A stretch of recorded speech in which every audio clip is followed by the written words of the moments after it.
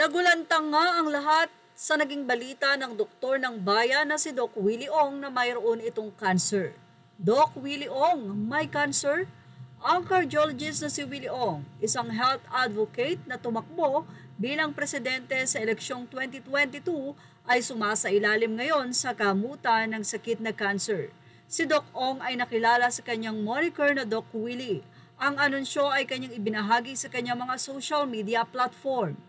Sinabi niya na natagpuan ng mga doktor ang isang 16 by 13 by 12 cm sarcoma sa kanyang tiyan. Ito ay nakatago sa likod ng kanyang puso at aniya sa harap ng lower spine.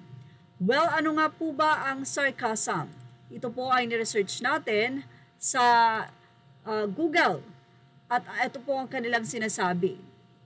Sa vlog na ito, kung saan kami ay sumisid sa mga mundo ng paggamot sa sarcoma, ito ay isang paglalakbay na puno ng pagiging komplikado.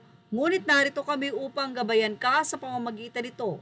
Sama-sama nating tuklasin ang mga pasikot-sikot ng operasyon, radiation therapy, chemotherapy, at nakatarget na therapy na nagbibigay liwanag sa pambihirang uri ng cancer na ito.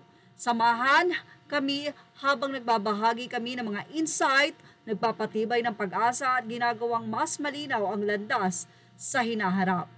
Ano nga ba ang sarcoma? Ang sarcoma ay isang uri ng cancer na nabubuo sa connective tissues ng katawan, kabilang ang mga kalamnan, buto, tendon at cartilage. Hindi tulad ng mas karaniwang mga cancer, ang mga sarcomas ay medyo bihira. Bagamat ang mga sarcomas ay nagkakaroon lamang ng maliit na porsyento ng lahat ng mga diagnosis ng cancer, maaari silang mangyari sa parehong mga bata at matatanda. Ang kanilang pambihira ay maaaring gawing mas mahirap ang diagnosis at paggagamot. May mga uri din ng sarcoma. Mayroong higit pa sa 150 at iba't ibang uri ng sarcoma. Bawat isa ay may sariling natatanging katangian. Malambot na sarcomas ng tissues. Hindi nakikilalang pleomorphic sarcoma, leiomyosarcoma, liposarcoma o liposarcoma, synovial sarcoma at rhabdomyosarcoma. So, may mga uri pa pala ito at yung nangyari po kay Doc Ong ay talaga po daw rare. Kaya naman patuloy ang mga sumusuporta kay Doc Ong ang padalangin sa kanya dahil ang kanyang advocacy na mag-share ng kanyang mga health tips sa kanyang social media platform ay sobrang malaki ang tulong na inaibibigay sa mga netizen.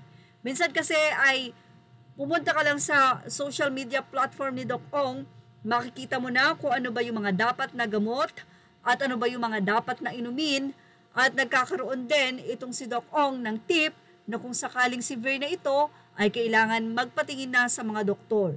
Kaya naman marami ang nalulungkot sa balitang ito na marami din ang nananalangin na ito ay mapagtagumpayan ng mabait na doktor. Yan ang ating Showbiz Snap update. Images are all credit to the rightful owners. Thank you for watching Showbiz Snap.